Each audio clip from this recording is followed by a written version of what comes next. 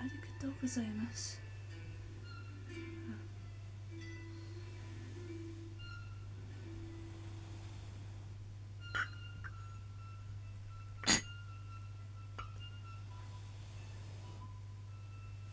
So this is the geishas and what they do back in the Japanese period.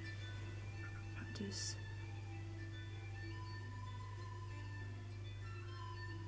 turning the pattern so it's faced away from them, allowing it to cool while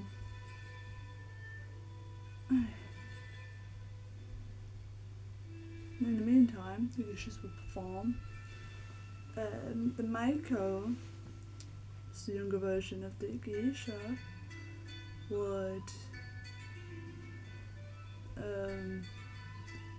perform in threes. So they'd never ask for one geisha, they'd ask for 2 or 3. So while they'd wait for the tea to cool down, they'd celebrate. Well, it wasn't really a celebration, unless it was a very special event. But it was...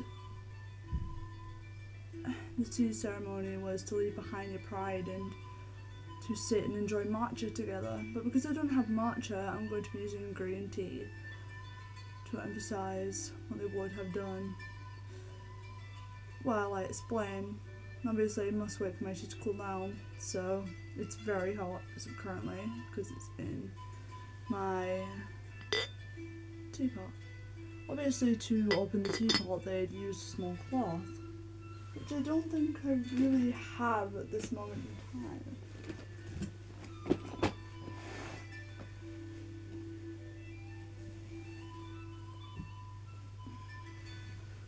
But for this, for example,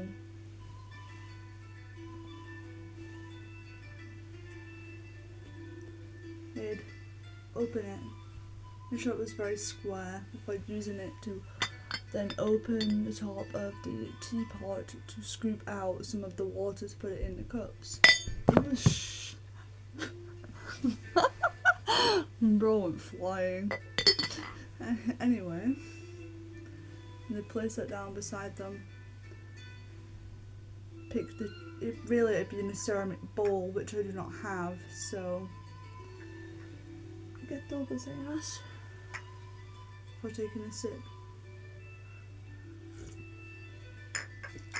And after enjoying the matcha, there'd be 2 different types of matcha that they drink during the tea ceremonies. One would be a thick matcha, and one would be a really thin matcha. Meanwhile, the thinner matcha was easier to drink than the thick matcha. They'd go and wait outside while they were doing so, but yes. Yes.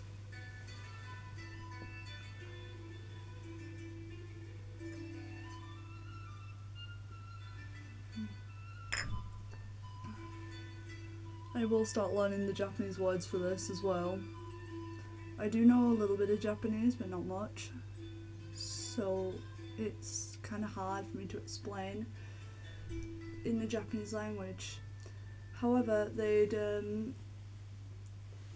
play a game where there'd be a circular object in the middle, and the geishas against whoever was playing with them would tap, remove it, tap, put back, and so on and so forth. To which was a very exciting game for them at the time. And they drink something if they lost called kase. Kase simply means hot water. So they get very hydrated while they're at it. The geishas were never allowed to eat nor drink, which is hence why I've not put any snacking down. For this I did not see the point, though they'd ask them to enjoy a certain type of sweet. It was a slightly harder version of mochi, which I don't know the name of. And the Japanese culture has interested me for years, so this is my little bit of research on tea ceremony, the nightly tea ceremony that I've been doing at night to sit, journal, and think about what I'm grateful for. And yeah, so thank you for watching. Arigatou gozaimasu. And sayonara.